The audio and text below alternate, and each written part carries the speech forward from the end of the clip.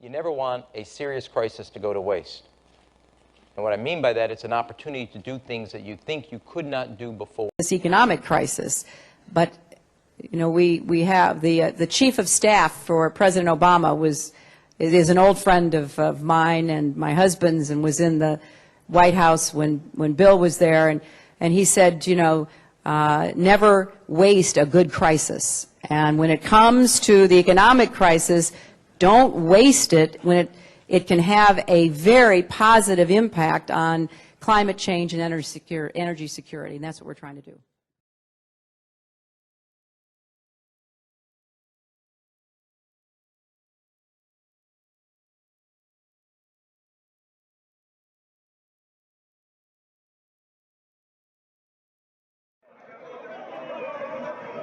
A wave of protest rocks parts of Nigeria's major cities and towns, including places in Oyo, Kwara, and Delta states.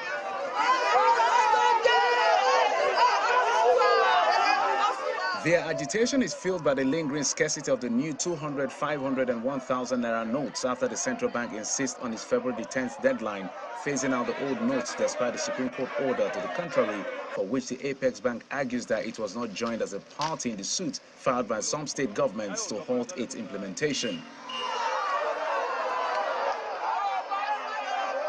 Barricades and bonfires on Gambari, Yakuba, and other streets in Ilorin, the Kwara State capital, is how the protesters in the city are showing how displeased they are.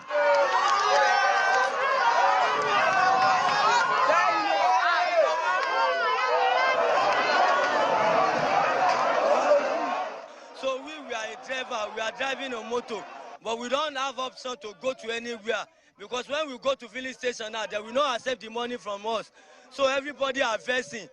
Not only this place, so everywhere, people are versing now. So we want government to announce that everybody should be collecting the money. This makeshift football ground under Mokola Bridge at Sabo Junction in Ibadan, the Oyo State capital, is clearly indicative that economic activities are halted due to barricades by protesters on the road, stopping vehicular movement and forcing people to walk long distances due to the hardship associated with the cash crunch. The police authority in Oyo State maintains that the intention of the policy is for the greater good, and the security agencies are only playing their role. There are some people who we have been able to intercept their interests, which is definitely against the interests of members of the public. But people don't know, and therefore we need to have an understanding. The security agencies are all over the place working, and we don't want this frustrated, because the people we are working for should also understand us. A policeman is a human being. He has human rights. You just see him because you have problem with CBN and you fire him or you kill him. And you say you are fighting. What are you fighting? You are an agent of disunity. However, in Delta State, things turned violent as the protesters invade this commercial bank on Udu Road. They don't break our gate, oh! They don't break our gate, oh! Jesus, oh! Jesus, oh! They don't break our gate, oh! 2 seconds now, they don't destroy this bank. Boys, they're not a waste time. They don't run. Police don't come. The consensus appears to be that the CBN policy on the redesign of the new Naira notes is a great idea, but opinions are divided over its implementation. Jeffrey Uzongo, Channels Television News. Virtual dollar card service by major fintechs buying from international stores has become very difficult for many Nigerians. Problem was further compounded recently after more Nigerian banks suspended international transactions on Naira cards. It's Nigeria's forex scarcity, and these scarcity crisis are still ongoing at this point. Join me now is Favor Ori, CEO Payday. Join me via Zoom. Great to have you on the show. Thanks for having me. Thank you. So it looks like the dollar has become quite a scarce currency for international payments in these parts. And I'm wondering how you fintech still, issuing virtual cards, how are you managing with the scarcity? So Payday is an American company. So what we do is we issue our users real American bank accounts and real American debit cards. So we give you an American account, you get paid in USD, and you basically have a card to spend your USD. So that's pretty much how we navigate around this. And obviously, looking at how that's, going forward in Nigeria now. We have this whole dollar scarcity going on, the rates, quite different, from what we have. We have two markets, so that definitely impacts, how, you fintechs actually work with the virtual card. So how are you able to, navigate all of that uncertainty? So first, these cards are like real USD cards pegged to a US bank. So let's say you live in Nigeria, you want to make payments and you don't have dollars, right? You can just put your Naira on the Pay platform and then use our cards. Our rates are really fair, like pretty much cheapest in the market. And obviously, there must be some kind of security risk with virtual dollar cards, because at the end of the day, you don't have a physical copy of it. It's right there on the internet. We have a lot of cybersecurity risk in 2023, even in 2022 with the Russia-Ukraine war. So how do you keep this virtual card safe?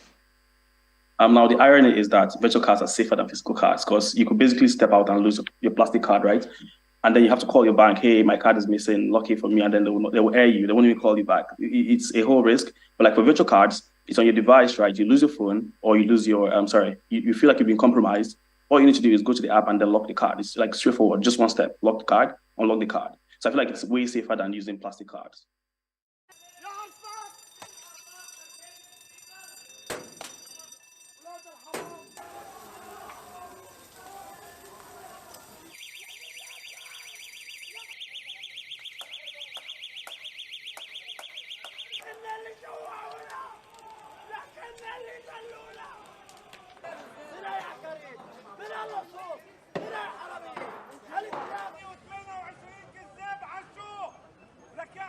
مصاريفكم بدنا نولعها واحد واحد، وبعد المصاريف رايحين على بيوتكم، على بيوت يا اولاد الحرام.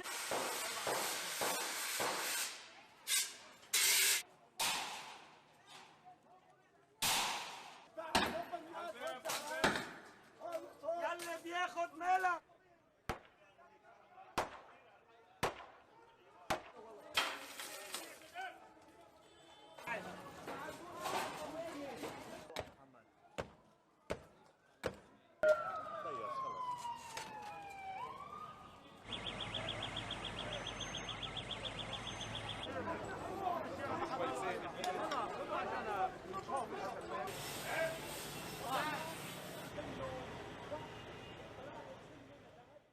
Have you read anything recently about the unrest in Lebanon? In response to the Lebanese pound's historic low against the U.S. dollar on Thursday, Beirut saw demonstrations and the burning of several banks throughout the country. Up until the start of the economic crisis in 2019, when the official exchange rate of 1,507 pounds to $1 was set, it remained constant. Since then, the pound has lost over 90% of its value. The government finally devalued the official rate to 15,000 pounds to $1 earlier this month, leading to the emergence of multiple exchange rates. Many Lebanese whose savings and salaries are in pounds are seeing their purchasing power decrease as a result of this devaluation.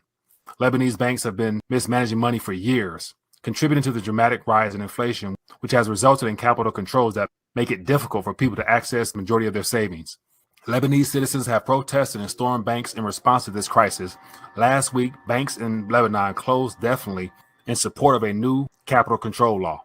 The main lesson that we all can learn from this is that when situations get dire and when economic crises occur, it only exacerbates people's suffering. Have you ever gone through a financial crisis?